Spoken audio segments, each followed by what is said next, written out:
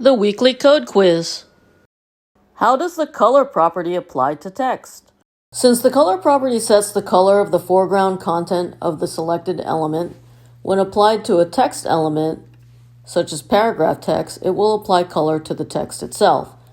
In addition, the color will also be applied to other aspects of a text element, such as an underline or an overline, that may be added to text using the text decoration property, which will be discussed next week. We discussed the different ways to apply color previously. Color can be applied using various color systems, such as using color names, the RGB or RGBA system, the hexadecimal color system, or the HSL or HSLA color system. How do we apply different colors to text? When applying color to the text inside an element, it is applied to all text as a single entity. In order to apply a different color to a subsection of text, you must wrap that into another element, such as a span element or a strong element, or by using pseudo elements, which will be discussed at a later time. But as examples, : first line will select the first line of an element's text, : first letter will select the first letter of an element's text, and : selection will select the text currently highlighted by the cursor. Here's the CSS from our code sample page. .color, color gray.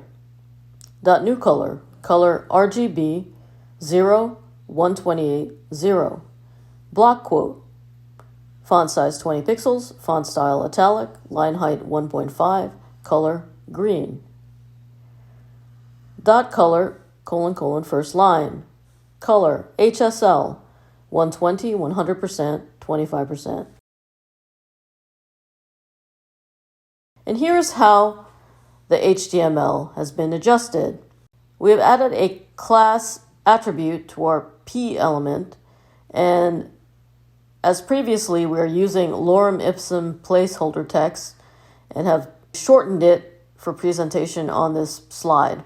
There is still a block quote in between the paragraphs of text, and we have added a span with a class of new color so that we can show you how to add a different color to a subsection of text within an element. And this is how the text would display. Presented by Designers Learn Code.